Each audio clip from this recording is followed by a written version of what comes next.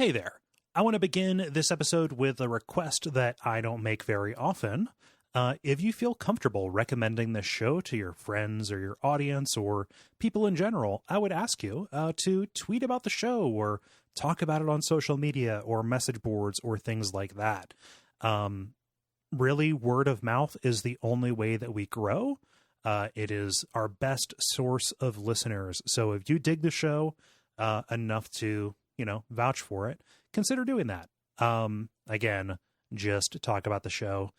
Maybe that'll show up in my searches. Maybe it won't. I might not even know that you do it. I just want to put that bug in your ear. Okay, let's go.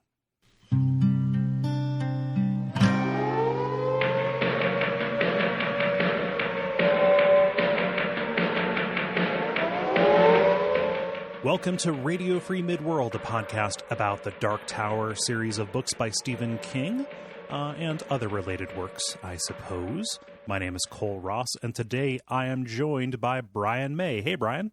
Hey, how's it going? It's going good. It's good to have you back. Yeah, I know. Long time no see. I was supposed to be on the last comic one, but I just ran out of time. Oh, I understand that well. Yeah, and we're also joined by Murph Murphy. Hey, Murph. How's it going, guys? It's going just great. And I was on the last comic one. So. Yeah, so we finally got the comic crew together. Woo! Yeah. KK with Cole. Wait, oh no. Oh boy. Yeah, we're here to talk about kind of the two remaining prequel comics, except okay, there's one more that I'm going to do a book report on at the next episode, but we're talking about the Fall of Gilead and the Battle of Jericho Hill. Finally seeing in detail kind of the calamity that we saw hints of in The Gunslinger and also in Wizard and Glass, and parts of The Wind Through the Keyhole, kind of getting the end of the prequel matter lined up so we can set Roland on his way. Bryan, what compelled you to hop onto these comics episodes? I have this fascination with comics, and I just had to see, especially because these are. Now, this is actually something that was plaguing my mind when I was reading these. How canonical are these? 100% canonical? So they have Stephen King's blessing. However, certain parts of them, specifically things that contradict The Wind Through the Keyhole, have been retconned. And if you're aware of what happens at the end of the series, the idea of something being canon ends up being a little bit wishy-washy, especially with one particular major detail that happens at the beginning of the next comics, right? Right. That makes sense. But I guess I just wanted to know how much Stephen King himself actually meddled with this. So my understanding is the primary writer was his personal assistant? Yes, Robin Firth. Yes. His assistant, and also the person who acted as kind of the Dark Tower historian as he was writing the final three books. So yeah, I wanted to see how Marvel Comics specifically adapted to stories like this. Marvel isn't really known for doing things outside the superhero realm. DC is more known for doing things beyond just capes and spandex. They got lines dedicated to it, but Marvel, for the most part, folded a lot of those efforts many decades ago, except for the Dark Tower, this one weird anomaly that sells pretty well. I almost never go into a Barnes & Noble without seeing several copies of Dark Tower comics. It is kind of remarkable. I don't see him as much anymore, but Marvel also did a comic adaptation of The Stand that you see in collections at a Barnes & Noble as well, quite often. Yeah, I've never pulled the trigger because it's very costly to get an omnibus collection of those. So it's kind of speaking broadly, what is your kind of opinion of Marvel's effort here to kind of expand this non-cape kind of property? So this is definitely coming from a super comic nerd perspective about this.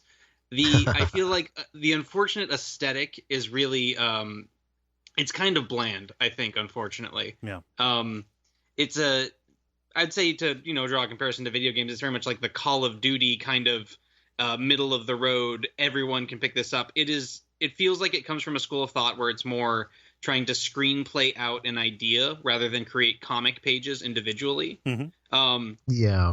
That being said, it works well enough as a means to get the ideas across. It's not like a train wreck to read or anything. Yeah.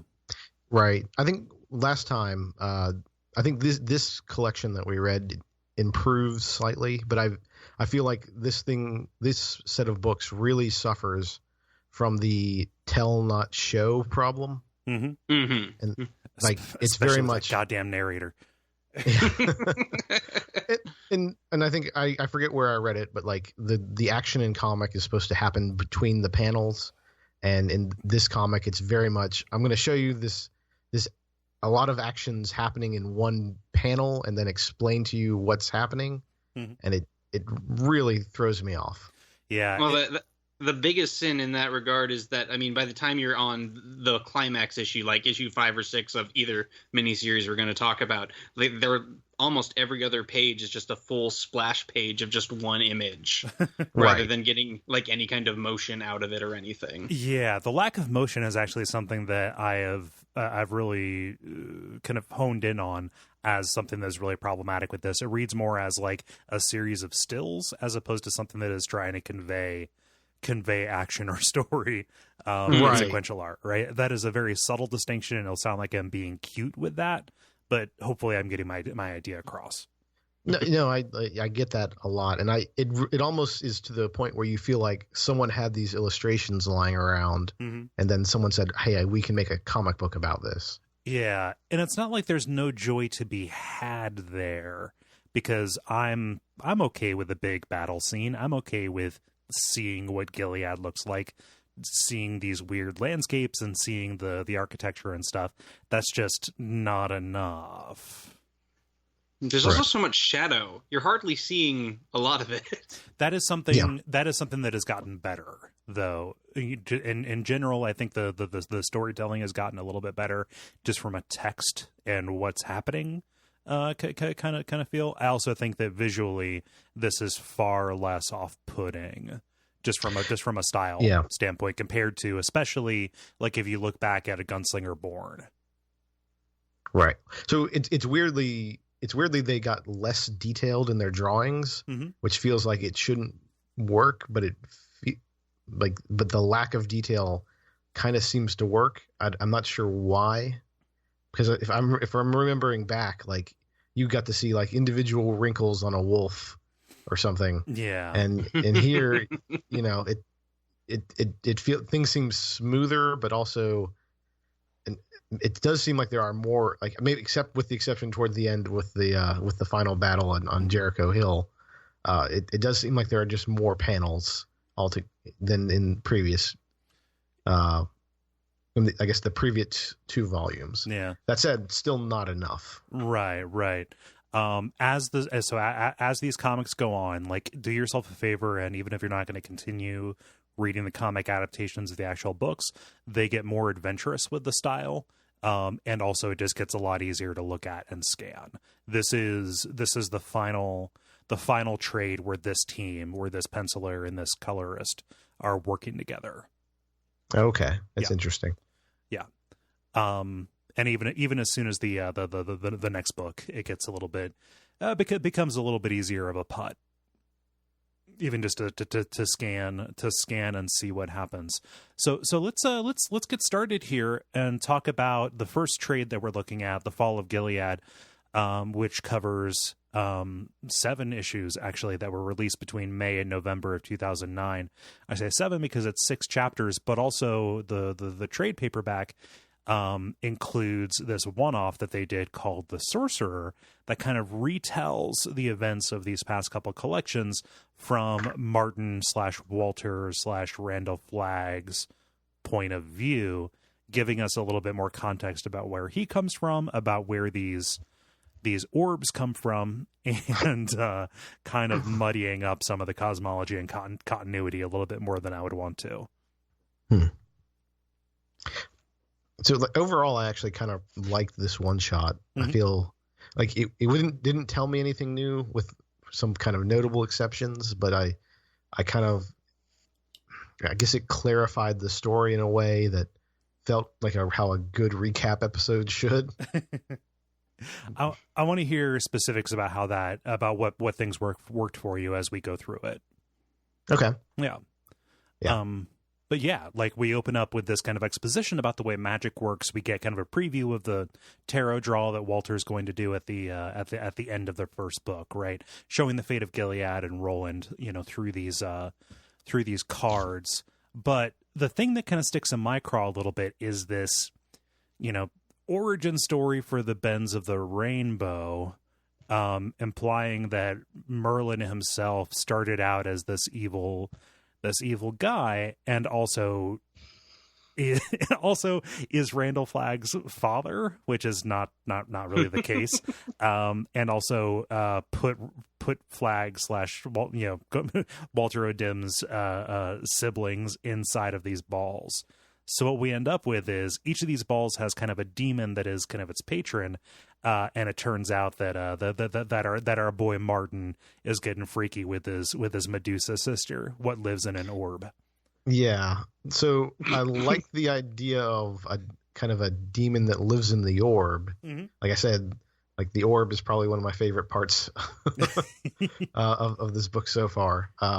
Not just the comic, but. And I kind of like, so there's just been this person here the whole time. It was kind of a neat idea I liked. Yeah.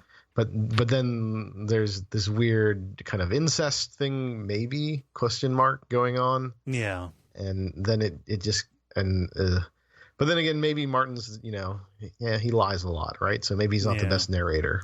Yeah, and also he's You think he's gonna lie about having sex with his Medusa sister to get ahead in life? that kind of seems like saying the quiet part loud, honestly. a little bit. And also Marten, maybe Martin's just nasty. He's nasty. Yeah, maybe this is just meant to say he is unseemly, so he might as well go full demon incest. Yeah, I don't know. Yeah, I don't know where to go from demon incest. I mean, it's what's on the page. That was my big takeaway from the prologue, to be honest with you guys. was that Marten is nasty? Yeah. I mean, if you're gonna sell me a character in 7 pages, that's a way to do it. Yeah. Right. And I think this also, we get to see Marten kind of using his powers in a way, and normally when we see the Man in Black comes in, he shows up unexpectedly and then leaves without being seen, and we don't get that camera on him. So it's kind of neat it's like in a slasher movie. All right, we've revealed the monster. Now let's follow him for a bit and just see how cool that alien actually is. Yeah. So where he goes up into the camp, if I'm getting a little too far ahead here. No, it's fine. Where he the dudes are huddled around and saying, "Oh no, he'll don't talk too loud. He'll turn us into dogs." And then he just kind of flies up and becomes this crow, or unbecomes this crow, transforms into a man. How about that? Yeah. He remanifies himself. But yeah, we just get to see so this Marten guy, he's not just all shadows and illusions. He can do some stuff. He is a powerful adversary. Yes. But part of what bugs me about it is seeing everything from his perspective is man, this guy's real busy. like in the Kurt Vonnegut Cat's Cradle busy kind of sense. He is everywhere all of the time, and he factors into a bunch of stuff. For some reason, the power of that is actually lessened in my mind, because we do see him just out of breath running from plot event to plot events. So that's different interpretations. I think that you have an absolutely right read on that he is, he is powerful, and it's good to see that, it isn't just smoke and mirrors, right? For me, it takes a little bit away from the mystique to see the process as opposed to just the results, right? Right. Well, so I do think that the mystique is important, right? Mm-hmm. So if we can go to the the masterpiece of that is Cloverfield, right? Like it kind of gets a little worse once we actually see the monster. Yeah. But it is but I think the movie would have been worse if we didn't see the monster. I feel like I would have missed something if I didn't see it. Yeah. Like, hey, you're buying all this stuff. Let's have a payoff. Yeah. At least show me something. Right. Yeah. I'm at this point in my relationship with Dark Tower as a whole series about I'm trying to get my head around the idea of what kind of explanation I'm happy with in the series. Because there are definitely times when I get an explanation, I'm like, yes, I was really into that explanation. But then there's other times where it's just like, no, that was too much. And I do think this is one of the ones where it's a little, it rides a line. And I think I fall on the, too much. I don't really know how much this really adds to the tension of the book as a whole, you know? Yeah. Yeah. It's only a single issue, which I think is enough to make it right on novelty for me, even in light of that stuff. Yeah. But yeah, like speaking of going from plot event to plot event, you know, we see him convincing Gabrielle to kill Stephen Deshane. And we even see that Stephen, you know, the Den of Gilead is obsessed with the grapefruit. And this ends up being a problem. And I think this is where personifying the orb becomes necessary, because it actually wasn't, according to the comics, it wasn't Martin's plan to have Roland kill Gabrielle. He wanted Gabrielle to, you know, to actually kill Stephen. Like it, Roland killing his mom, that was purely down to just the petty malice of the woman and the orb, because as she is showing Stephen these images of things that happen, he sees Martin and Gabrielle's affair, and she gets really upset that Martin is running around on her. You know, like the affair isn't news to Stephen. He's woefully all too aware of it. It is news to the demon, and so that is kind of this weird betrayal / non-betrayal that sets Roland onto the course that he's on. Right. Yeah. That gets into, like, I guess that kind of shows that Martin isn't perfect, I guess, which is kind of important because, you know, ultimately Roland survives. Yeah. I mean, well, I have some thoughts about how he survives, but we'll get to that later. But I'm not super in love with how this book ends. Yeah. Or this next book ends, I guess. But yeah. I mean, I don't see it as the most realistic motivation for a demon orb, but it seems like mischievous at the very least, which gives it a little bit of believability into it. This gets at the heart of something that bugs me about these comics and where they butt up against the series in general, which is this adds like just another motivation onto Martin. Like it's a different version of the story. It's a different, you know, possibly a different character even. But like, I don't know, I was pretty happy with the explanation at the end of the Wind Through the Keyhole, which obviously wasn't written at the time of this, but like, I like the idea that Martin was setting it up to basically emotionally destroy Roland, as opposed to, you know, this where it's a comedy of errors, right? Yeah, I mean, I think he's still like it's not like the worst outcome for him either, though. He pretty much gets what he wants. Maybe he just has to work a little harder for it and scramble, right? Right. Yeah, but like really just barely. Yeah. We do get to see what happens to Clay Reynolds, though. We get to see where he ends up. It wasn't like Roland said, where he, you know, is rolling around with Cordelia. Is that right? No, Cordelia is the aunt with the proprietress of the bar of the Traveler's Rest, whose name I forget. Coral Thorin. There we go. No, he's not running around with her as like a Bonnie and Clyde. No, he's tortured basically to death by John Farson, for letting the grapefruit get away. Right.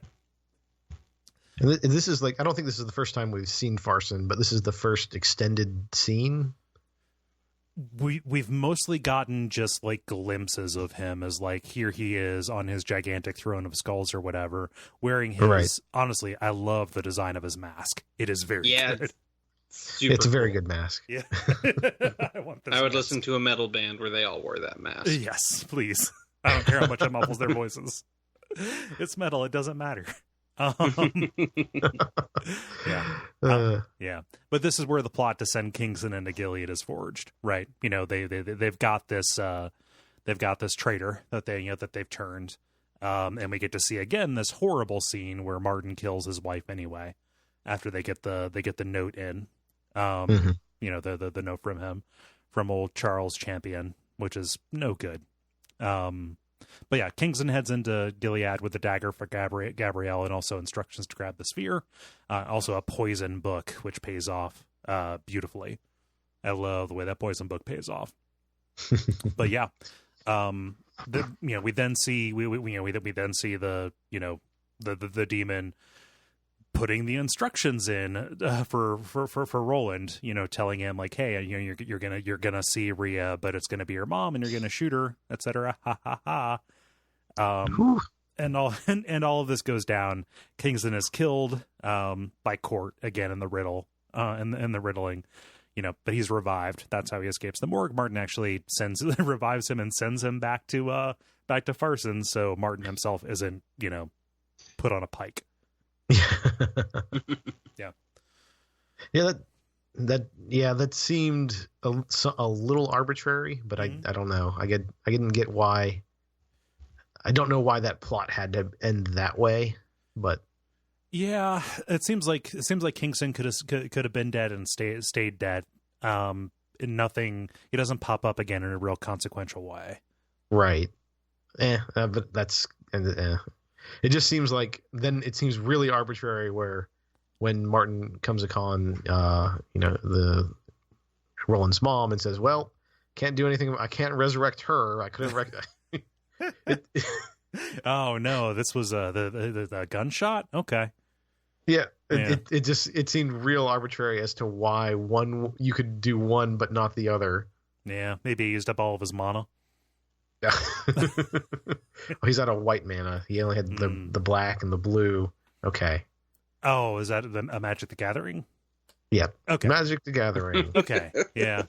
It's got different colors of magic. That is my nerd blind spot. If you said Pokemon energy, then I would have been all in. Okay. Yeah. So he has steel energy, but he doesn't have enough water. No, that's a problem because he's going up against Steel and Roland. Oh, yeah. So he needs a fairy type, but or fire.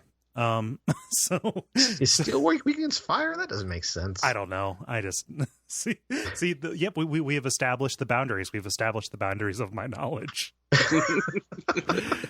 But yeah, Marten discovers, you know, way too late that his plans have been sabotaged by the demon. You know, Gabrielle is not alive to deliver the killing blow to Stephen. And so to regroup and kind of get out before everything starts getting locked down, he transforms into the Raven, carries the grapefruit back to Farson, setting everything kind of in a row for the further downfall of Gilead. Again, it is forestalled. It is delayed. And that's something that we knew even back in Wizard and Glass, like Roland doing everything that he could to stop Farson. Everything that's happened has only delayed the inevitable, right? Because Farson's hammer is still on an intractable trajectory toward the walls, right? So I've got a question, because there's a panel here where Marten nicks himself on a nail. That seems real consequential. I have no idea. Bryan, do you have any idea why? Like, nope. None at all. Like it's called out like explicitly narrative. Like, did they just draw it? And he's like, "Shit, we got this nail here." Oh, no, I'm out of levels of undo. There is. There, it does happen where the artist will turn in work and then the writer will say, "Oh, that wasn't supposed to be in the script," and They just have to write around it. So who knows? Maybe there was a different draft where that mattered a lot more. Yeah, it's right. I mean, like Stan Lee famously just said, "All right, I'll give you a very basic script. You give me the pictures, and then I'll write in the words afterwards." I don't know. It seems like they're setting it up to be like, oh, he nicked himself, and that's how he left a clue, right? Like, oh, they found a feather that transformed into a bit of cloak, or they found some blood or something like that, or that weakened the strap as he was carrying the ball. Like any number of things that might have been a payoff. As it stands, that just seems like noise. Yeah. But it's like almost the last, like, I don't know. It feels really weird. Like it feels extremely consequential. Yeah. But it doesn't pay off at all. I mean, maybe maybe it's an alley-oop that wasn't picked up. Maybe she served that one up and they didn't, whoever scripted the next issue just didn't slam it. That's what you do in sports, right? You slam. Yeah, slam it down. Yeah. Double points. Yeah, you either slam or jam if the Quad City DJs are to be believed. So this gets into the trade paperback proper with chapter 1, and everything here is going to take a much more linear kind of path. The Sorcerer is just such a weird book. But yes, chapter 1 opens with Gabrielle trying to deliver her message of forgiveness to Roland from beyond the grave, but he cannot hear her. Instead, he will have to get that from the sisters in Dabaria. Oh wait, that doesn't happen in this continuity. Oh well. Guess he's screwed then. Yep. It's ambiguous for a second too, because he calls out Mother, and you're not sure if necessarily like, oh, did he catch a glimpse of the ghost? But nah, he's just calling out to his dead mom right next to him. He's just in anguish over what he has done. Yeah, that's sad. That is a different way to go. That motivates everything that he has done up to that point in a way that makes the Wind Through the Keyhole feel like a weird alteration to his to his character. But yeah, weirdly, a lot of this is happening at the same time. Like, strangely, over the course of these books, we go from a thing, like an entire trade that takes place over the course of like an hour, or several chapters that take place over the course of an hour, to time skips of about a decade happening between panels or between pages. Yeah. But Cuthbert, Elaine, and Eileen are, locking away Kingston's body in the morgue, while Stephen Deshane intercepts this note that was meant for Kingston, saying like, "Hey, the ball, the ball is in the chambers, right?" And this, of course, sets Stephen, to be real suspicious, where he heads up in that direction, finding Roland weeping over his wife's body. And Roland admits guilt pretty much immediately. I'm glossing over basically this entire chapter by hitting all of this. I want to get your guys' thoughts about the peril that this sets up of the prince killing the queen. But yeah, like, this is just pretense for like, okay, this is the first move in a war. We need to set down. We need to seal the city as the siege comes on. So I'll put it to you guys, like, how much did you want this to actually be a story about the people being suspicious of the ruling and the justice that would apply to Roland? Oh, so like Roland becomes king, or not king, Din, and Yeah, no, I mean just like, oh, like the what they hint is going to happen is, okay, well, we have to lock Roland away. But the entire populace is suspicious because Farson has been doing all of this kind of psyop stuff. The populace is going to harm him anyway because they believe that gunslingers are corrupt and will protect their own. So I think that's an interesting story. Mm-hmm. I don't think this comic has the chops to pull that off. Okay, I wish the comic did. I don't like. Fair. Like I don't want to say like, yeah, that sounds like a real cool story. I'd love to read it, but like, I don't think this comic is ready for that. Yeah, that is a much denser tale already, then I think the 6 issues, like, I feel like what you just pitched is denser than the entirety of the 11 issues that we're about to talk about. Yeah, probably. I love the political intrigue side of this, and I wish that they had the ability to pay off of it. So I'll agree with you, Bryan. Even though it's fair, it is also not useful criticism. I hate seeing missed opportunities. Yeah, I don't want to. I think also at least some people would have to be on Roland's side. Yeah. Other than his content. Probably. Like in the end, it especially in these next couple issues, like the betrayal almost becomes the norm. It's like, yeah, so who should we trust? No one? Yeah. Oh, I mean, like literally no one? Like who is left in the city who is actually like for Gilead? No one. I mean, right. And nobody with a name, at least. Right? Nobody with a name who doesn't end up as a smoking charred husk in a church. Yeah, I don't know. I just wanted to muse over that possibility that was something they could have camped out on. But no, so I think you could. I think that's a really good comic, but I don't think this writer illustrator team has the chops to pull it off. Yeah, I feel like they're just going for sort of like an omen in the air. Everyone knows, animals can tell before you do, kind of thing. Mm-hmm. Just like something's rotten in the state of Denmark. Yeah. Yeah. Let's move on to our section. Is it metal? By talking about Court's fate. As he as he is snooping around in Kingston's room. I love that little beat where they're like, okay, you killed him. It turns out that he has the signet ring. You're lucky, because otherwise you wouldn't have had a reason. Court very much sees somebody who would cheat in riddles. Like if somebody would do that, that is immediately evidence that they are not on the side of good. Remember that Kingston Court killed Kingston because Kingston decided to do an end run around the Faraday riddling. Right. Yeah. But in Kingston's room, he finds a false floor, picks it up, and finds this cursed book, which is not only enchanted so that it shows you exactly what you want to see. In Court's case, of basically mycrimes.txt, looking at the plans of Farson's army. But also it is coated with a poison, the same poison that was on the blade that was delivered to Gabrielle, which causes you to bleed to death, not just internally, but from every pore. The book represents this poison as sort of a green Cheeto dust that builds up on his fingers.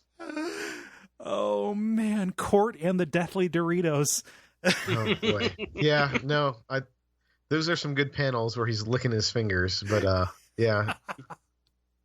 Yeah, Van A comes in to try and stop him, but it's way too late. And we are treated to a couple of chapters, really, or one chapter, of Court lying in bed, just bleeding from everywhere. Oh, yeah. Yeah. I'll just go back a little, but did anyone else think evil Doctor Who? All right. What?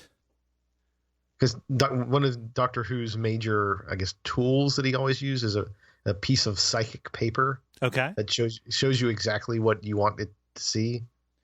Wait. It shows what the Doctor wants the other person to see, or just sort of like if I'm like, oh man, I really hope I have a map of the Serengeti. It's going to be a map of the Serengeti. It's usually a plot device, so he can like flash a badge. Or okay, usually that sort of thing. Yeah, but this is like the evil version of that. I do like the idea of him just like, okay, well, we need to get into this facility. I've never seen an episode of Doctor Who in my life. I assume he's trying to get into facilities. Yeah, what else would you do if you're an interdimensional time traveler? But he flashes the piece of paper thinking it's going to be the badge, but it's actually like the identity of the guard's father's killer. Like, oh God, no! He just like drops everything and runs. I knew it was you, Derek. Say that hasn't happened, but that sounds like something he would do. He's all about lateral thinking, and he does go into a lot of facilities. Yeah. Doctor Who, there's one thing I know about him. If there's a facility and he's on the outside of it, he wants to fix that situation. It's I mean it's you know it's the Star Trek thing. You get a new little short sci-fi story every episode, except when they do the plot. Yeah. So and a lot of sci-fi happens in facilities. Yeah. And on the GoldenEye map facility. Oh no, bobbleheads. So chapter 2 takes us into a little bit of Roland's fate. He's been taken into custody, but they have found, the dagger on Gabrielle's body. This ends up being a little bit of a red herring, or it sets up a bad decision on Stephen's part, because a guard says, hey, Marten is seen fleeing the city. And so Stephen decides, all right, well, let's go after him, which is a trap, because anytime Stephen Deshane leaves the city, he runs right into a trap. And while this is happening, the last of the basically the last of the gunslingers pay their respects to court, right, including Eileen. Yeah, this is a gross scene. Yeah, oh, it's amazing. The first shot is just him vomiting blood. This shirtless, scarred, bald man, just covered in blood. He's got every pore is a stigmata. Come in, ugh. my adopted daughter. Sexism is wrong. I've learned this now. Yeah, like I do like how he's just basically arguing with his doctor the entire time he's dying. Oh yeah, it's wonderful. Well, his doctor is lying to him. Which is something doctors really, maybe shouldn't do. I'm not a doctor. I've never been to doctor school. Maybe they are liars. I don't know. Ollie's trying to jump into facilities with their psychic paper. Oh, gosh. They call them diplomas. That's right. This is my new character, somebody who is deeply skeptical of education. So... oof. Yeah. Just, But hey, in case you thought things were getting a little bit too heavy, what with Court bleeding out of every pore, we get a little bit of levity here. Shimi comes back. Oof. Yeah. Everyone's favorite. Yeah. Yeah. If Shimi's not on screen, people should be saying, "Where's Shimi?" Yeah. So he's here to rejoin his old friends. But he can't get through the gate, so he uses his teleportation trick. They do something cool with this, though, which is they have him lapse into speaking way more cogently than Shimi would ever speak. And at least at one point he says, "Oh, there I go again, speaking in somebody else's voice." Because remember, he has been psychically enhanced, right, by robots or something. Yes. I still don't like Shimi. You're allowed. That is fine, especially here where he ends up just being kind of a plot delivery service. Yeah. It's fine. It's better than he was in the previous books. Yeah. But he's not doing a lot. Bryan, I can't remember if we have gotten your opinion on Shimi in the past. I can't remember the last time you were on. These comics are my only true interaction with him so far. I was surprised by his introduction. I'm trying to keep a spoiler, not an anti-spoiler approach when approaching these, so I saw that he does appear in the main books, but I'm only about in the fourth book right now, so I don't think I've encountered him yet. Okay. But he's a tough sell. That's a hard pill to swallow. Yeah. Just sort of accepting his presence in the story writ large. Yeah. I will say he does get a payoff that makes the juice at least somewhat worth the squeeze. That's good. That is my assurance for everybody who is squeamish about Shimi. So as long as we're talking about overused king tropes, I kind of want to just jump back because I forgot and I noticed it. Did anyone else see the picture of it on the wall? Yes, I did. No, I did not. That. Yeah, someone's hanging up a picture of Pennywise is it in the second issue? It's when they're searching what's his name's quarters. It's in Kingston's room? Yeah. They're searching Kingston's room, and behind one of the pictures is Pennywise, or it's a picture of Pennywise. Just know how he's bad. I mean, anybody who would put up a picture of a clown is probably bad. Unless it's Red Skelton, in which case, he's such a scamp. I truly am a man out of time. I just invoked Red Skelton. I don't know that reference, but I'll assume it's your Doctor Who. Yeah, it is. I don't know. Red Skellington is a thing in my mind for some reason. I'm sure that's a pun somebody used at some point.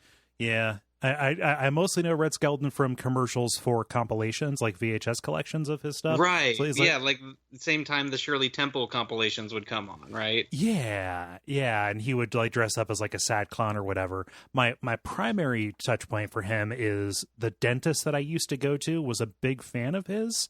So like all over... as if going to the dentist wasn't upsetting enough, right? Just all over there would just be pictures of Red Skelton in his sad clown outfit, and then it was also like above the chair attached to the ceiling, so you're getting your roots canaled, and here's this sad clown telling you that no, actually everything is misery and things don't always get better. What? All right, I'm going to take a little internet break and look at this character because it is not skeleton, it's Skelton. I don't think this is the same. Oh no. Yeah, he's like a hobo clown is what his character is. Oh, nothing no. funnier than being poor. Yeah. Oh no. Yeah. Oh no. This is upsetting. So just imagine that as you So I initially saw the black and white picture, but then the color image is just all the more upsetting. Mm-hmm. Ain't he a stinker? Anyway, I forget what I don't like this at all. I'm closing that tab. Please do. Yeah, but Shimi gets around the guards, and this causes them to put up for further alert, and the chapter ends with that promised ambush happening. Steven and the others are ambushed as this quote-unquote Marten leads them into a dead end where these slow mutants, which should be nothing more than just, mindless beasts, are actively using, like, poison darts and blowguns. Well, first they shoot Steven's horse, and I think they hit its off button because... Again, nothing happens between panels. We just get a single shot of this horse just completely doing a faceplant. Like they made him into not a horse with a single dart. This is where the animation does not help, or the illustration. Yeah. That's got to be a powerful tranquilizer. Normal horse tranquilizers like 500 milligrams or something like that. Something, maybe. An amount of liquid that's not just easily put on the top of the dart. Yes. Although, it is Marten who is teaching them to do this and also probably supplying them with stuff. So it could be preternaturally. And it's not tranquilizer. It's just straight up you're dead because they end up hitting Cuthbert's dad. They kill Robert. And we see, like, in the next chapter that he's, like, all desiccated and purple because of the effects of this. But yeah, chapter 3 opens with a distraught Eileen, fearing that nobody will take her seriously. So she does the classic. Well, she Mulans, Eileen Mulans, right? And it's it's. Go ahead.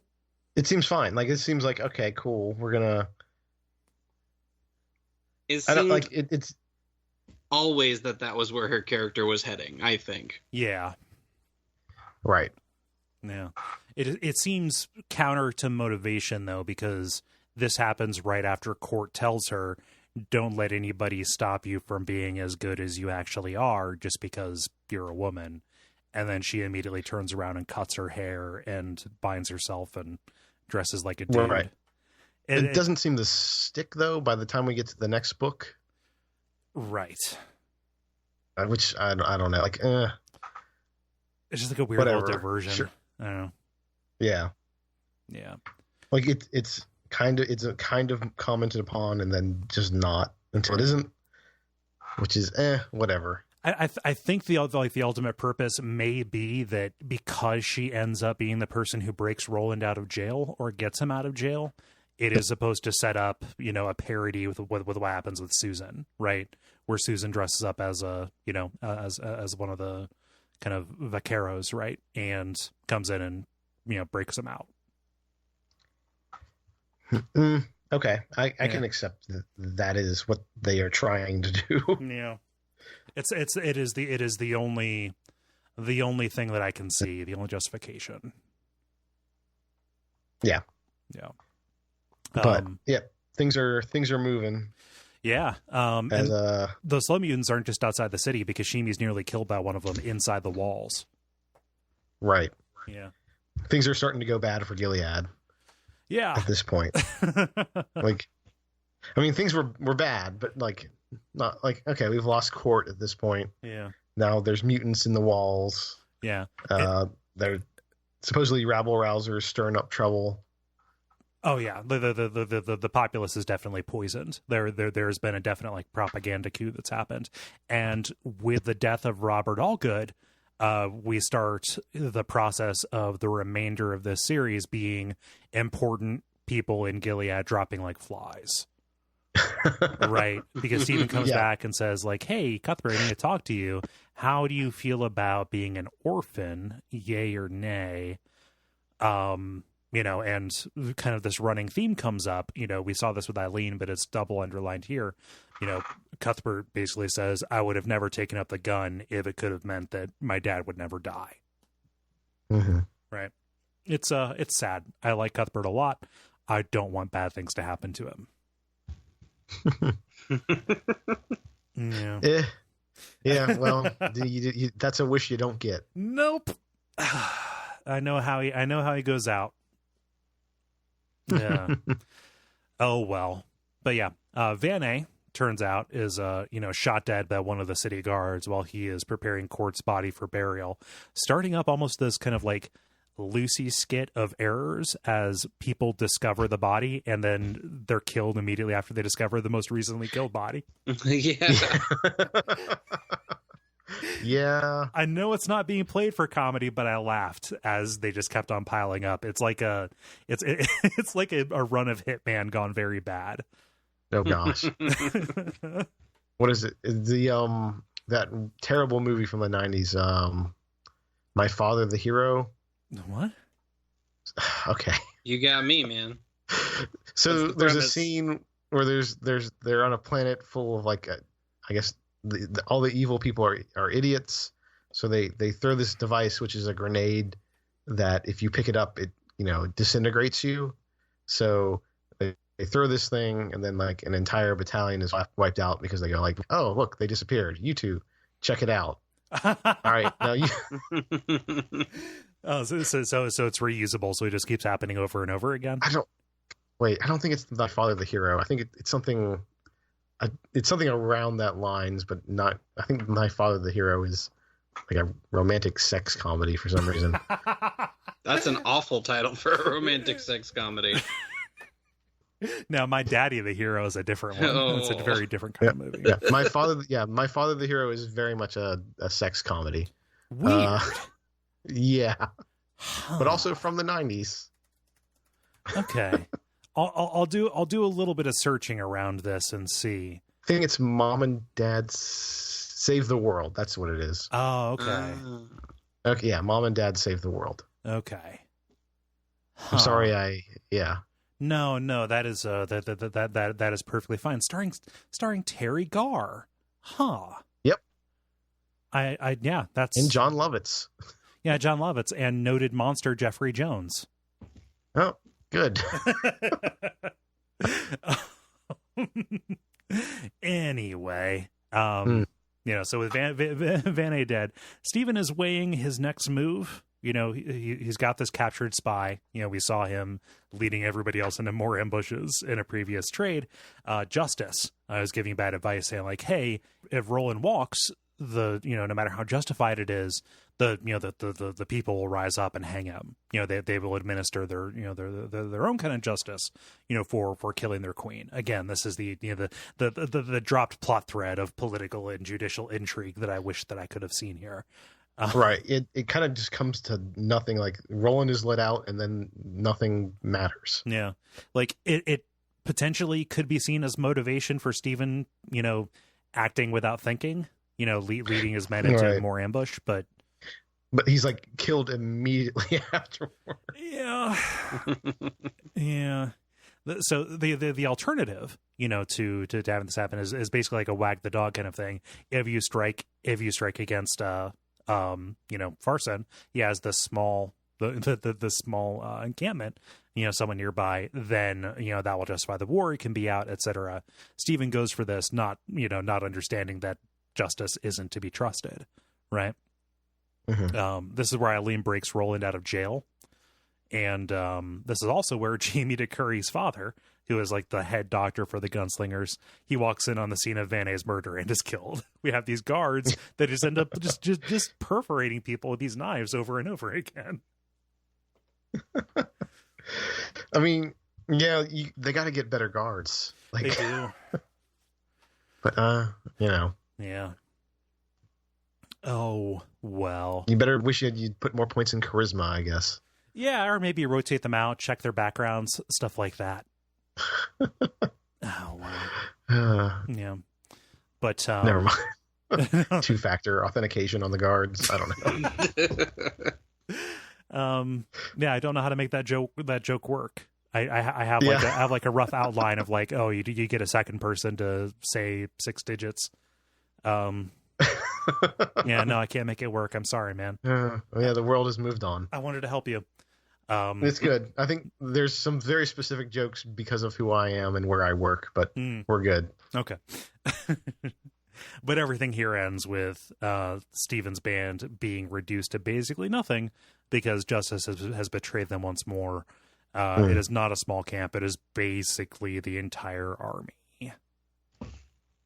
that they have walked into, all of Farson's forces. But I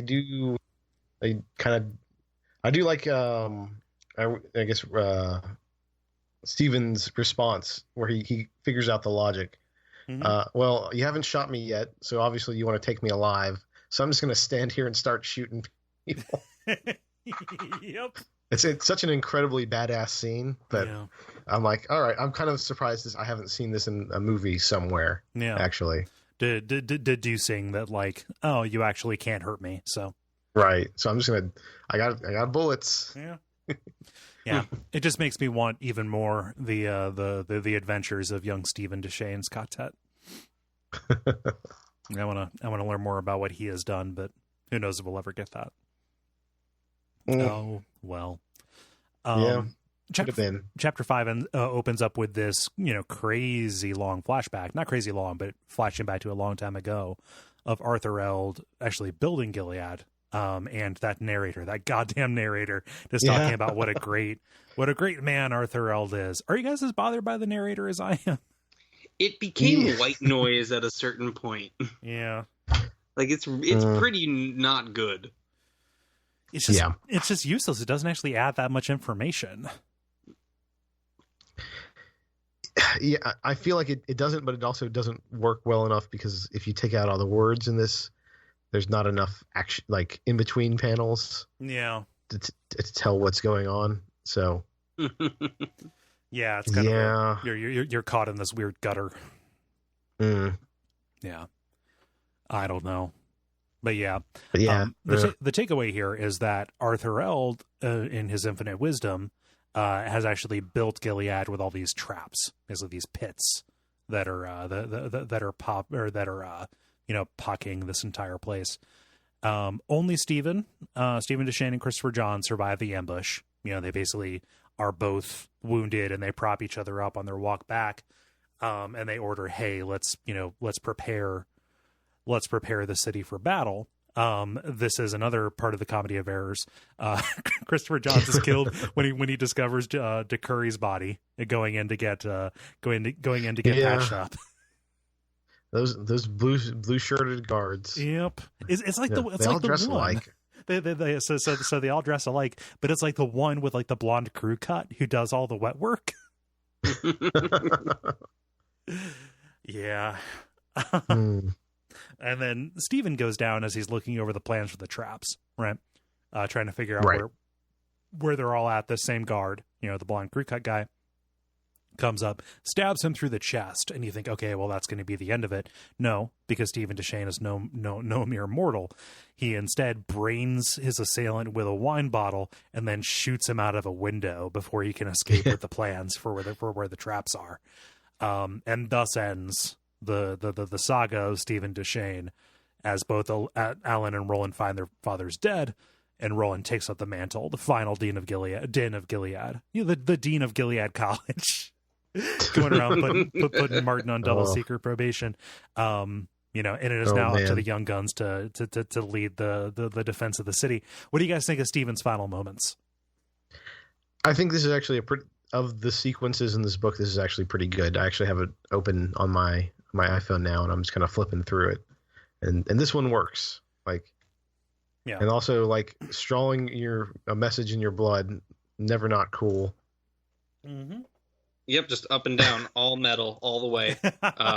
It's a good death scene. Absolutely ridiculous, but amazing. Because when he shoots that man, he shoots him out the window, and with all of his body, he falls out of it. It is. It's like it's like he shot him in the stomach with a cannon. Jeez. I mean, they're big guns. Yeah, right? True. Yeah, big irons. Yeah. I forget, Murph, can you tell me what Stephen wrote in his blood? Open the pits. Open the pits. Right. There we go. I forgot to make a note of that. Yeah, that is totally the instruction, the final key to defending Gilead as we enter chapter 6 with Farson at the gates. We get a little flashback here of the apprentices, having discovered and armed the booby traps. There's this elaborate signaling routine. And this is where we get into that thing that Bryan, that you brought up, of just whole pages that are like 2-page spreads that are just big still images of battle. Yep. Yeah. Just one after the other. Yeah, I wish there was a little bit more. And as I appreciate the fact that they, the mutants are on the front line and they fall into the pit, forming the bridge over for the rest of them. That is a good idea. It's almost like they dedicate so much page real estate to conveying that in the least efficient, least interesting way possible. Yeah. It seems like the narrator seems to imply that these pits are just enormous, but the illustrations just do not seem to convey a sense of scale, which I kind of want, but I'm just not getting. Right. I want to see whole fields completely drop away from under them. Right. Because it sounds really cool what they're doing, but the look of it is just not there. Yeah. I don't know. And also we don't really get to see the wall blades pay off. They bring in a siege engine. I don't know. I wish they had room to camp out on this a little bit. Also, the opposing army has tanks. Mm-hmm. Sure seems like Gilead doesn't have much of a chance. No, no. It's there's a little bit of the video for Cakes going the distance to this, where it's the horse against the against the race cars.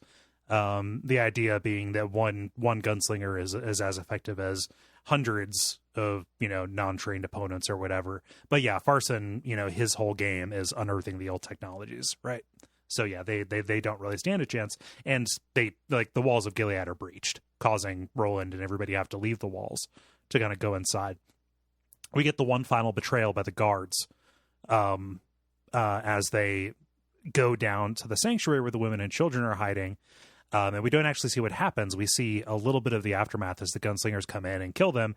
And they've got a little bit of unearned confidence. Oh man, it would have been really embarrassing if they killed us. They didn't even have fuel in their flamethrowers, right? What a bunch of doofuses. Oh, they had fuel in their flamethrowers. They used it to kill everybody who was hiding. Yeah. Oof. And so they have to escape, basically walking down these lanes of huddled bodies that have been burned. Yeah. I think they're trying to get off on a sense of the just numbers of people dead, but I don't know.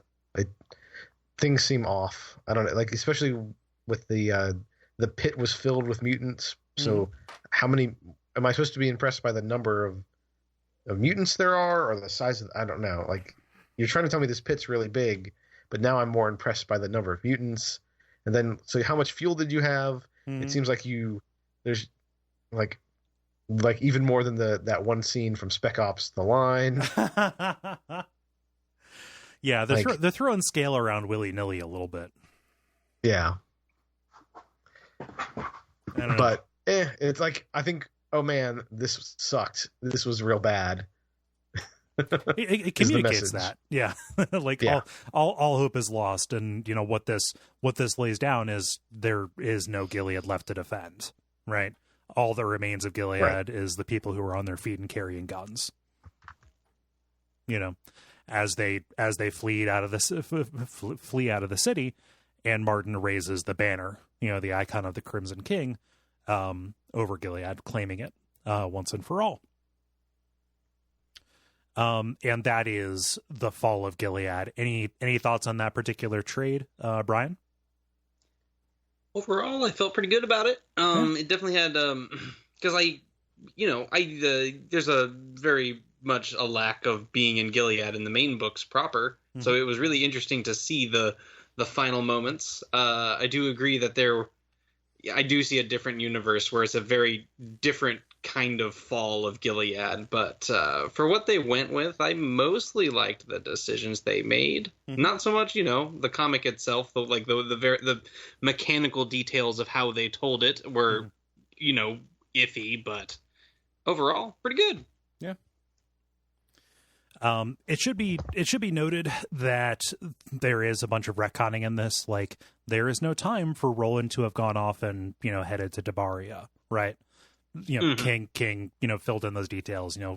Court was never left to die infirm, with dementia being taken care of by Roland. Like happens in Wind Through the Keyhole, he dies miserably. That's just a matter of King deciding, deciding where he wanted the story to go and saying, yeah, we can probably jettison some of the comic continuity. So, now we can move on to the Battle of Jericho Hill, which is a direct continuation of this. These issues ran from December 2009 to April of 2010, and it's 5 issues that lead up to, we've already seen the Fall of Gilead, but we want to see the breaking of Roland's initial quartet. We've gotten small snippets of this from, specifically book 1, a little bit of book 4, talking about the ultimate fates of his friends, but here we get to see it in really gory detail. There are people alive. They need to be dead. Yep. Okay, we got to get to that point. Yep. We need to show how it happens. Like I know. I don't want to. I don't know. Did anyone else? I felt this book was a little. I don't know. Maybe unnecessary. Like I feel like, Alain or his quartet could have died at the Battle of Gilead, and Roland could have escaped. Right. I feel like that. But if they did that, then people would have felt cheated that they didn't get to, their own individual deaths. Then we didn't get to feel the individual impact of each one. I see why, from a publishing perspective, it felt like this story was necessary. But I do also agree with you in the end. I mean, you're reading the book and the entire time. It's like, yep, one by one, I'm just going to watch these people fall. It's unnecessarily maximalist in the way that like the Star Wars prequels are. Right. Yeah. But how did Bert die? Well, here it's like, oh well, I know he died laughing with an arrow in his eye, and I was pretty content with that just being a battle, being a battle that was shown off screen, right? But no, but Cole, what if we follow the journey of that arrow from the Fletcher? Okay, so for 100 years, this tree grew.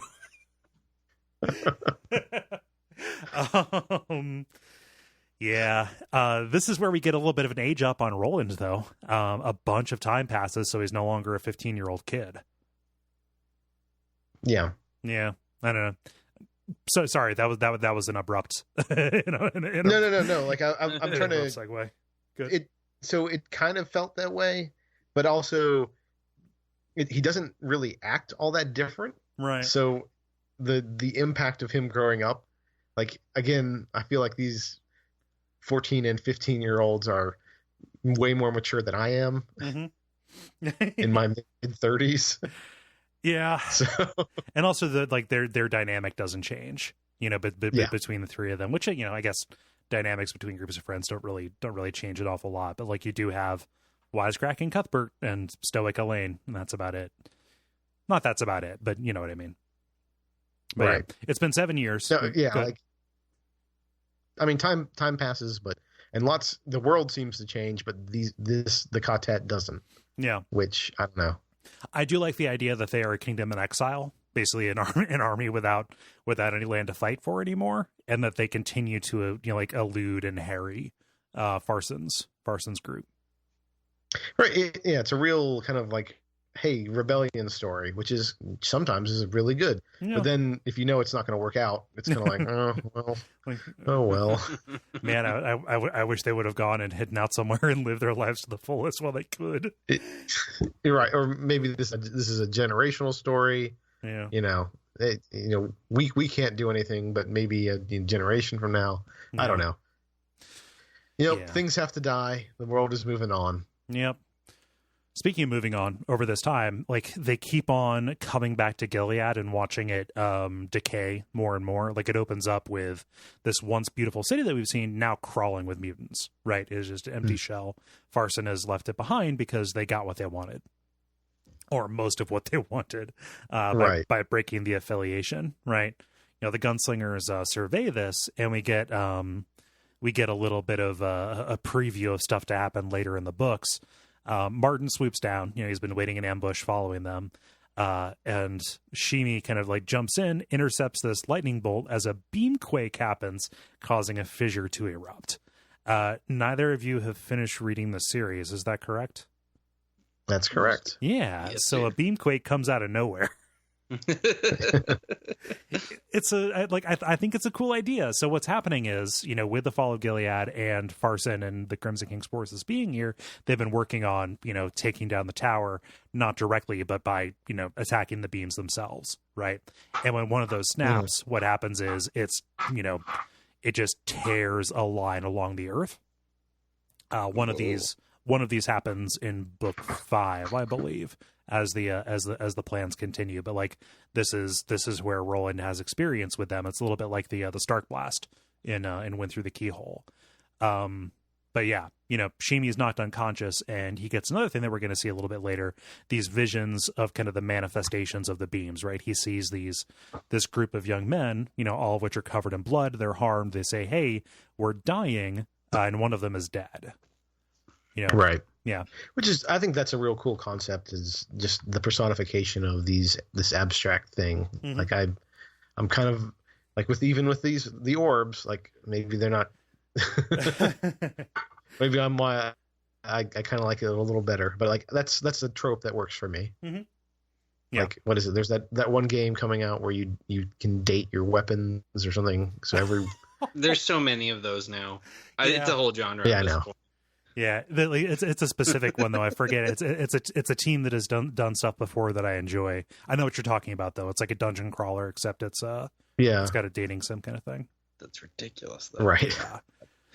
Yeah. So man, I'm fully in. Go ahead, Bryan. So this miniseries had an art change. So the last two things we read were Richard Izanove on art. Mm-hmm. And their main artist was Jay Lee, I think, on the first two miniseries. Mm-hmm. So this one, Battle of Jericho Hill, is both of them working together. And I wanted to mention this specifically because, Murph, when you're talking about when you see too much detail, that's Jay Lee drawing. And when it's more plain, it's Richard Izanove. Okay. Yeah. All right. What else has Richard Izanove done that we would recognize? Nothing. He's mostly a cover artist. Okay. So he does a bunch of variant covers, and he's I mean, so you know how there are the A tier, B tier, and the C tier artists, and he's kind of just in the C tier pool. So he's cheap, he's reliable, he's good to get something done on a schedule. You know. God. You know, and now that you mentioned that he does a lot of cover art, like a lot of these panels look like a lot of covers. Mm-hmm. Yeah. Like some people just have that specialty of more illustration rather than actual comic art, you know. Yeah. Bryan, you talking that way about the trade-offs between different artists, he's reliable but it's a little bit less inspired, etc., just gives me flashbacks to being a project manager for animation. Sitting down and just weighing the trade-offs for different style artists and stuff. I didn't expect to get that feeling so acutely. No, I honestly I have no insight into that world, so I'm happy that you brought that. Oh, sure. Because that does explain quite a bit. Yeah, no, this is I'm not quite as much of a comic guy as Bryan is, but I definitely when I'm reading my X-Men, I definitely say, oh, okay, I recognize this artist, and I know that I'm going to get this kind of thing from him, or this kind of things in style and usually tone. It's weird how much it's a real collaboration between writer and artist in this medium. Oh yeah, it's totally different than almost anything else you can read. You have to be working together almost every stage of the process, unlike lots of other genres, you know. Yeah. Media. Yeah. I know how to pluralize Latin. Yeah. Yeah, it's not like you're coming up with one thing like a layout and then packaging that up so it's to be handed off without any of your future involvement, like it is in animation. Yeah. Mm-hmm. And I'm just looking through. I'm flipping through this, and the panel layout, and this when it is not the full page things, seems to be a little riskier. I even see an orb in the center of one of these pages. So. Mm-hmm. blow that up and you got a cover. Yeah. Yeah. It seems like there's definitely you can tell that there more than one person that works on this, because there's I can say, okay, yeah, this page was that guy, this page was the other guy. Yeah. It's very distinct, even though they have a very similar style. Yeah. The layouts. A good editor will find artists that have matching, simpatico styles to work on books together. I do think, of the people they could have chosen, he actually does a pretty good imitation of Jay Lee's art style. Yeah. But without that unappealing, the unappealing mouths that Jay Lee will draw. God, the mouths in those early books, man. in the early Gunslinger books, rather. Yeah. Oh yeah. We get a little bit more exposition here. We learn that the world moving on, these symptoms, physics starting to break down, that not even broken clocks are right twice a day anymore, that day and night happen whenever they want to, that distance and direction are getting out of whack, and that's because the Crimson King's plan is coming to fruition. We see that with the Beamquake. We also learn that he is putting psychics in prisons for some reason that they can't discern. Something related to the beams, again, looking further down the line. Did you predict that I was going to send you to prison? No, you didn't. You're a fraud. That's right, in the cell, Miss Cleo. But yes, the beam that runs through Gilead, the Eagle Lion beam, has been destroyed, but enough of it remains to guide them. So the mission is once again, even though we have no Gilead to protect, we are now to head to the to follow the beam to the Dark Tower. Who knows which direction we need to go? Maybe we find the Guardian, and then we just turn around and walk the other way. But we're gonna do this. But of course, we have to do it after Shimi pees, because we have to get that. We have to have all the gravitas sucked out of this, because Roland says, "All right, it is time for us to go." Well, I need a bathroom break. Okay, Shimi, go ahead and do this. Boom. 9 years later. Jesus. He really had to pee. Yeah. It took 9 years. It was like the beginning of Austin Powers. Oh jeez. Yeah, that was a really odd moment for such what this storyline's going to be. It's ultimately going to be this tragedy, and I guess that's what they're trying to curve your expectations on. But to just throw that in there, it's like, hey man, I know everyone here is gonna die. Are we really doing this?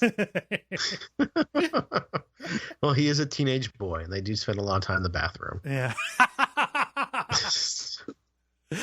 Oh man.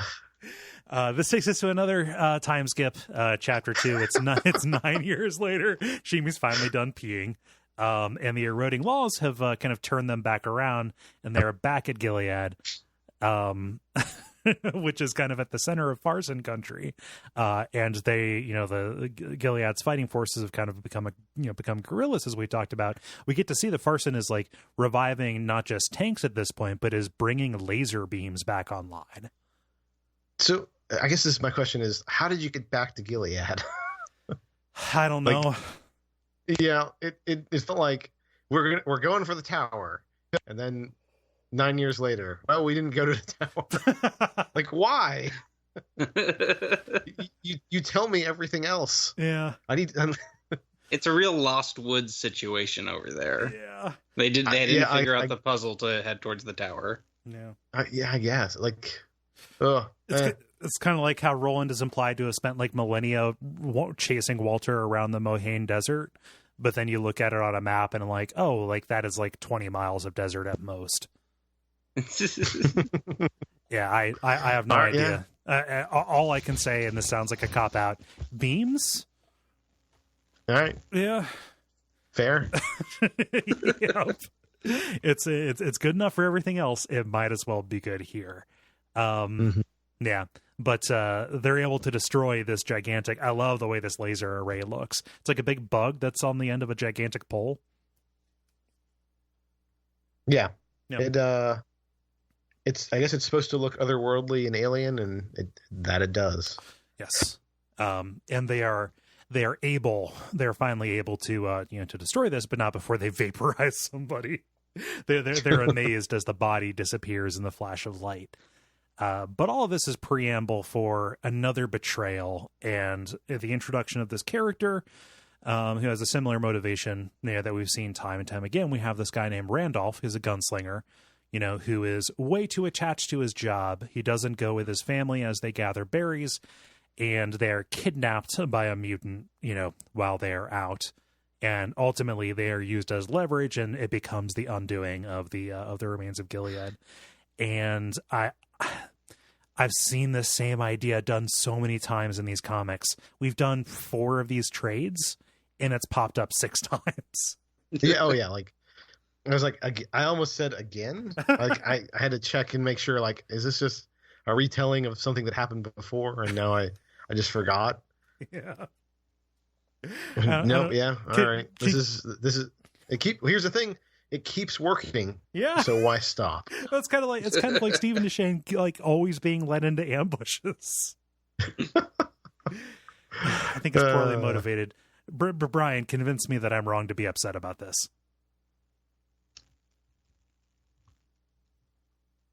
You can't. I'm so sorry. Could you give me a summary of the thought again? No. I wanted to get your thoughts on the repetition of that device.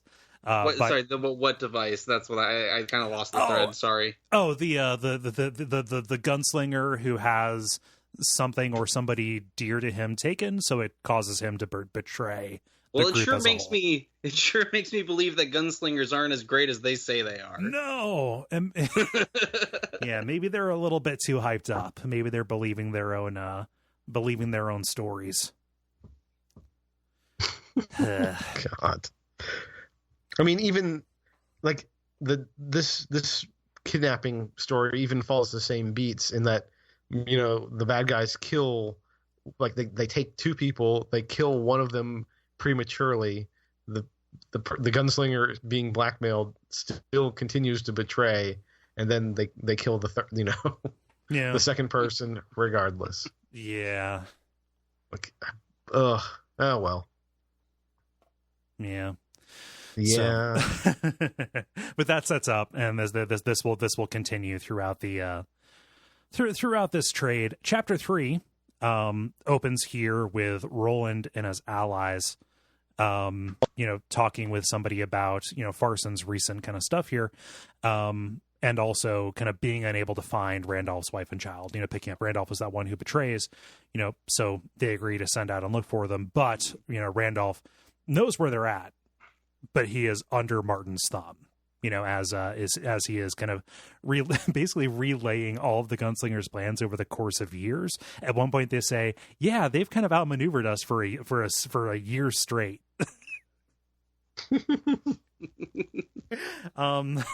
They just can't. They can't do this. And Bryan, as you alluded to, they do. It does follow those beats. Marten kills Randolph's wife because Randolph is tardy, and tardiness is the product of a disordered mind or something. Yeah. I mean, it's always better if you're not 15 minutes early, you're late. I cannot comment because I was 10 minutes late to this recording. So, but you sent a note, so that negates that. True. I mean, Kawhi also failed to kidnap your wife and child. So, wait a minute, I had a wife and child. On me. Not anymore. I mean, not anymore. Right. Don't be late. Jeez, that's dark. Yeah. But the centerpiece of this chapter, though, is I'd never expected them, and I had no recollection of them doing this. So remember back in book 1 when, Roland and Jake are below the mountain. They find that subway station with all of that ancient technology, and Roland tells Jake about the tribe that he found in the desert where they worshipped a gas pump, and one of them even used it as a surrogate penis. That's a callback. That is is a callback. We get to see it here, and it's not just somebody that he ran across in his travels. Like the cult of Amoko is actually like an asset of Farson's. It is an oil field that is even bigger than the one at Hambry, and we get to see the leader swinging this thing around. Like, look at me, look at my gas cock. Yeah. Yeah. Yeah. But this is an interesting idea. It's very Fallout, right? Oh yeah, definitely. This is very weird Wild West, which is where this kind of series shines. It definitely excels. It goes a step beyond. It even probably shows how much further the world has fallen. That in Hambry, it's just we name that place Sitco. We name it after the oil company. Because that's what's on all the equipment. Now, these years on, it becomes an object of religious fixation, right? Amoko isn't just the place name; it is the name of their ersatz god. But yeah, oh boy, they're getting ready to sacrifice prisoners by dousing them with oil. It is far more Mad Max than I've seen the series get. Yeah. It's real. This is a good little snippet of story. Yeah. But that is immediately exploded.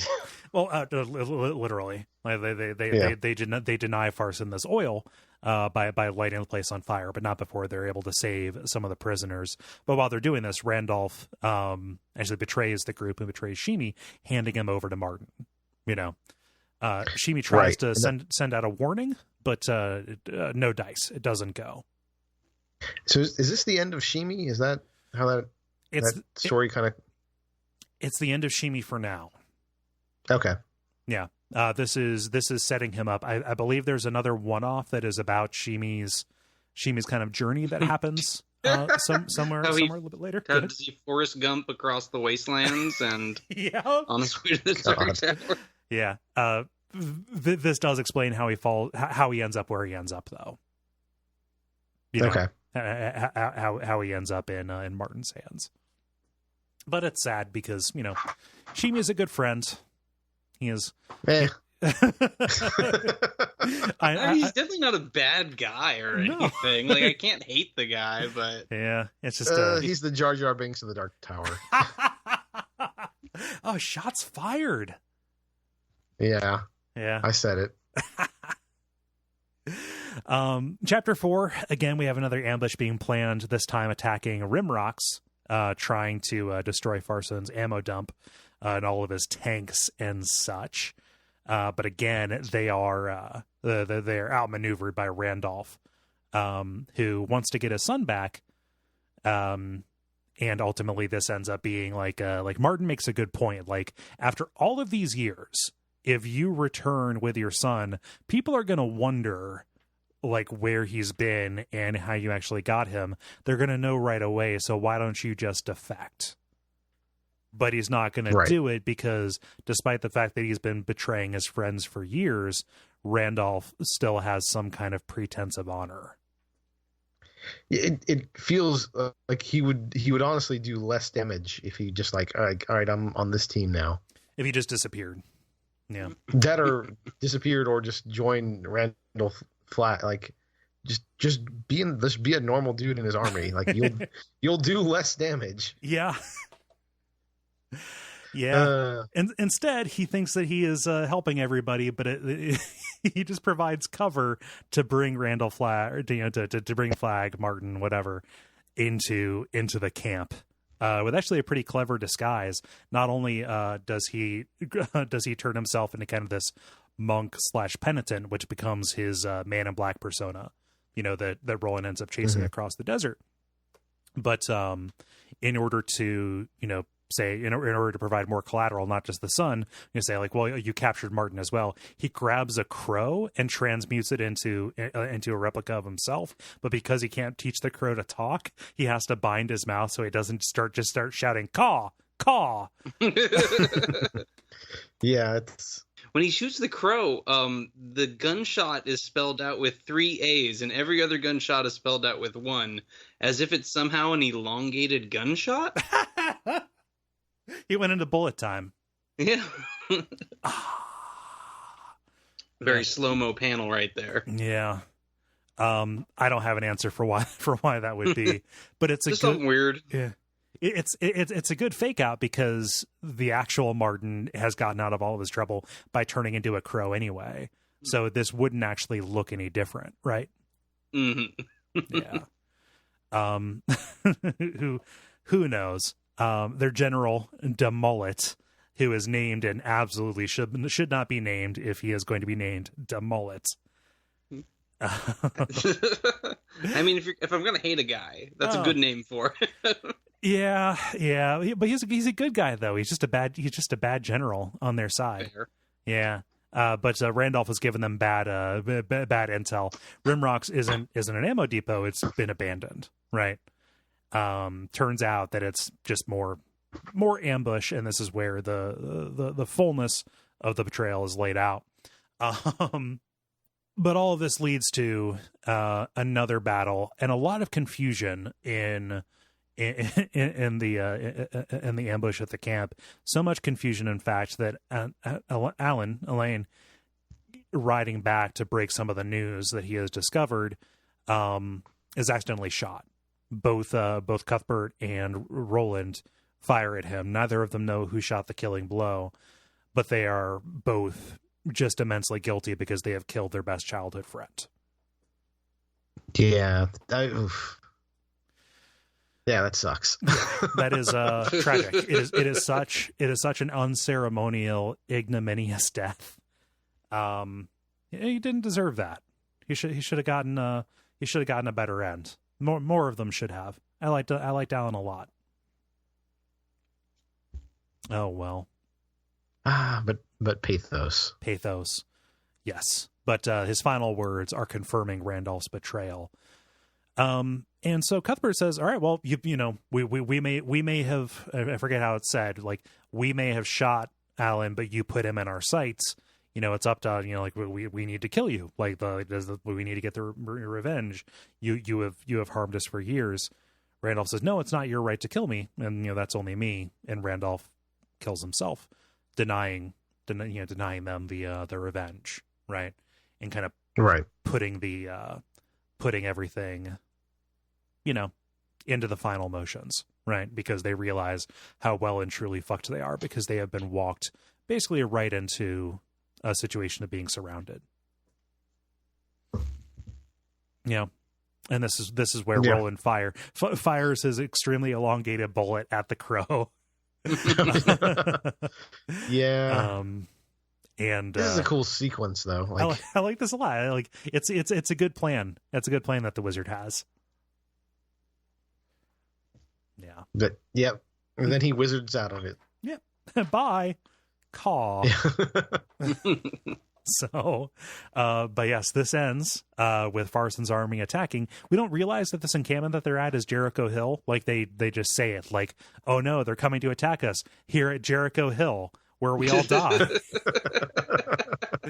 That's the title. Hey, that's the name of the show. But so tired of all these Jerichos and hills. Eileen is the first one to go. She takes a spear through her chest. She doesn't actually die. She pops up again in the next trade. But oh really? She takes a spear through the chest. Definitely. That seemed pretty final, but maybe.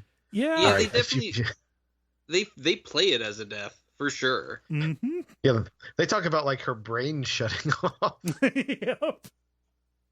No, she's back. Okay. It is very strange. Right. I think that Eileen is just kind of the pet character of the creators of this, and they decided there was more they wanted to say with her. I mean, as someone who reads X-Men, like I can't really complain. No, Jean. Oh, let's talk about or Wolverine at this point. Oh yeah, that's true. Is he back, or is he still that goofy looking lump of adamantium? Aren't they both back this year? Yes. Well, it depends which Jean. Oh no, so okay. Well, there was that original. They rebooted back to the original 5, didn't they? But that is like a time loop thing. Who hasn't been seen since the Morrison issues? How about that? Okay. Has she been back? Sure.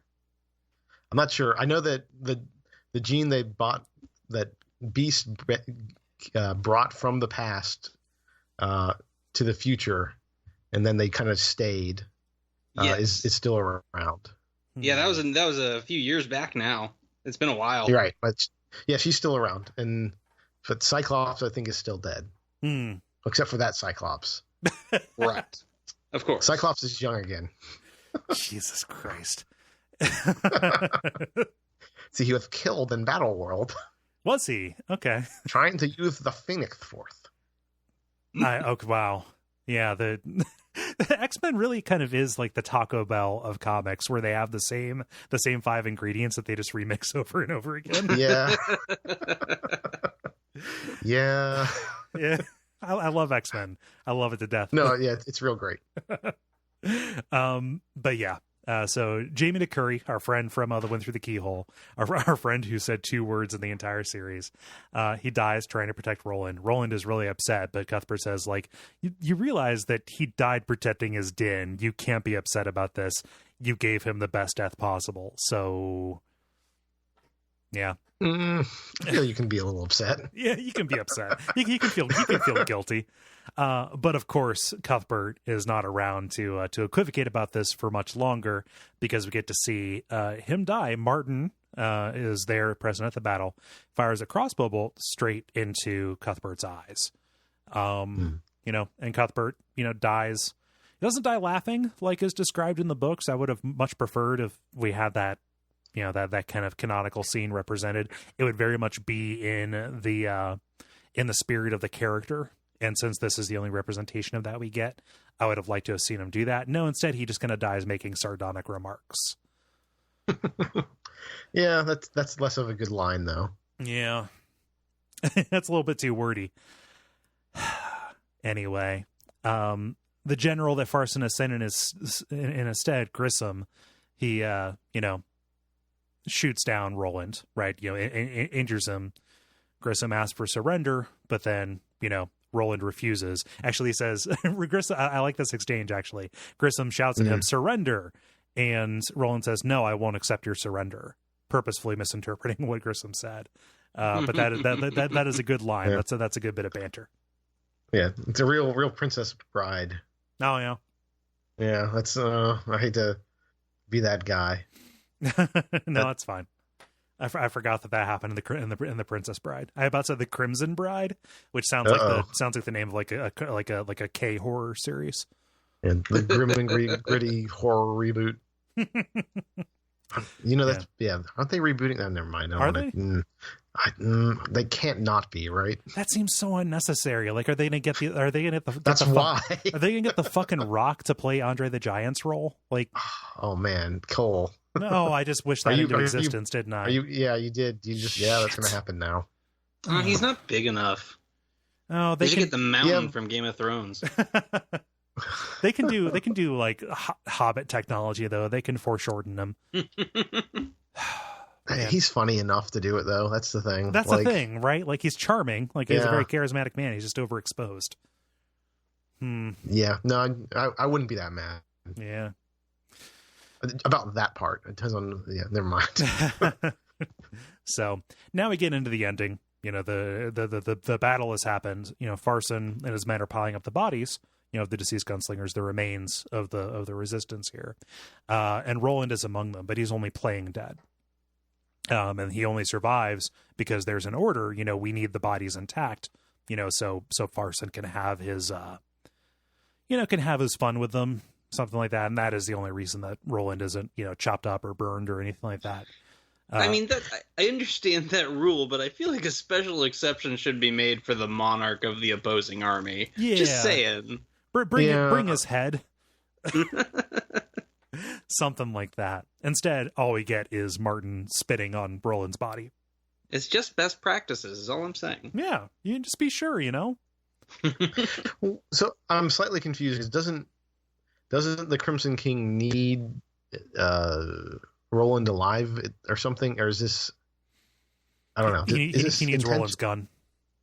He just needs the gun. Okay. Yeah. Seems like a perfect opportunity to take that gun. Yeah, it does. It's just there, right there. Yeah. And this was written after the series concluded, so they definitely could have worked that into a plot point. But nope, he's got the sandalwood grips and everything. They just okay. Yeah, I guess he snuck away before they took it. I don't know. I mean, you got time to spit. You got time to loot. Yeah, that's what every bad manager at a fast food place has said. Time to spit, time to loot. Oh no. Yeah. Oh no. We just got to make that rhyme. I don't know how, but I can't think of anything. Nope. Yeah. Time to loogie, time to boogie. That's as close as I can get. It's a slant rhyme. I'll accept it. Yeah. So, but that's where this ends. You know, Roland has survived. Marten believes that he has cut short, you know, Roland's quest for the Dark Tower. He believes that everything is in his hands. But, this kind of brings us up to where we understand things have ended. You know, the Battle of Jericho Hill is the breaking of his original quartet. This is where everybody who walked beside him died in the name of his quest. Again, continuing insult on top of insult on top of injury on top of tragedy. Bryan, final thoughts about these two trades, these stories that we just talked through. The Battle of Jericho Hill, I don't think was as successful in getting what it needed done. No. And like it really did feel like they kind of like they knew they had to tell the story, but had to make it its own thing. It couldn't just be like a tacked on thing to something else. But I think it ultimately would have worked better as sort of a climax to a greater thing than just this one sort of sectioned off area of story. Yeah. I mean, like the not enough is added for them to have not said like, okay, Jericho Hill was the place where they caught up to us as we were making our retreat from Gilead. Like they don't add a substantial number of people. Like the years spent wandering don't actually add an awful lot to their motivation or ability. Yeah, no, it's just sort of time filler. It's just sort of like, let's skip over this part. No one cares. Yeah. You're right. We don't. Yeah, it doesn't feel like we learn anything about. Like I don't know. Like I didn't feel like I knew Roland any better, or any of the other characters after this trade. It just I don't know. It felt a little bit fillery to me. Yeah. I mean, like I guess they died, but like it like the most effective death was Alan's. and everyone else's was just sort of also. Yeah. Well, at least we saw it happen. Yeah. Except then I learned it doesn't at least. So, yeah. Oh, man. So anyway, thank you everybody for listening to this. Bryan, where can people find you on the internet?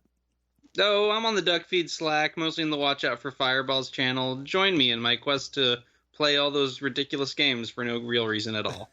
No, that's, I mean, we've made this remark a couple of times on the air. I forget how many times I've said it to you. Bryan has, I think you have played more of the Watch Out for Fireballs games than either Gary or I. It's very possible. Yeah, like I think you maybe have finished some of the ones that we didn't. Yeah. So, thank you for making me feel bad. No, but yeah, you're in there as Dr. Static. It's very fun talking with you in there. I enjoy seeing you talking through the Yakuza games as well.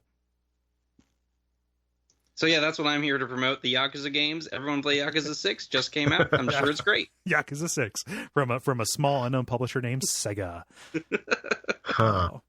Murph, where can people find you? DinosaurSAreCool.com is my website. Mm-hmm. I do some tabletop, some video games, some other podcasty stuff, and you can at me at Dork Night Show. Mm-hmm. Fantastic. And you can find me on the other Duckfeed shows, also at Cole Ross on Twitter. I'm trying to decide if I want to cut out that dog in the background or if I just want to make it a little bit quieter. My dogs. No, it's fine. We don't need to. I'm good. I'm good with dogs being in here. I'm going to let you go take care of those dogs. Everybody knows the usual stuff they can do. Next episode, we're going to be talking about the Little Sisters of Illyria. That is a short story / novella that is found in the collection Everything's Eventual. And that's going to be the end of the Young Roland series here. Head over to patreon.com/Duckfeed.tv if you want to support the network. But otherwise, come back in 2 weeks with Little Sister of Illyria. And until then, long days and pleasant nights. And you twice the number.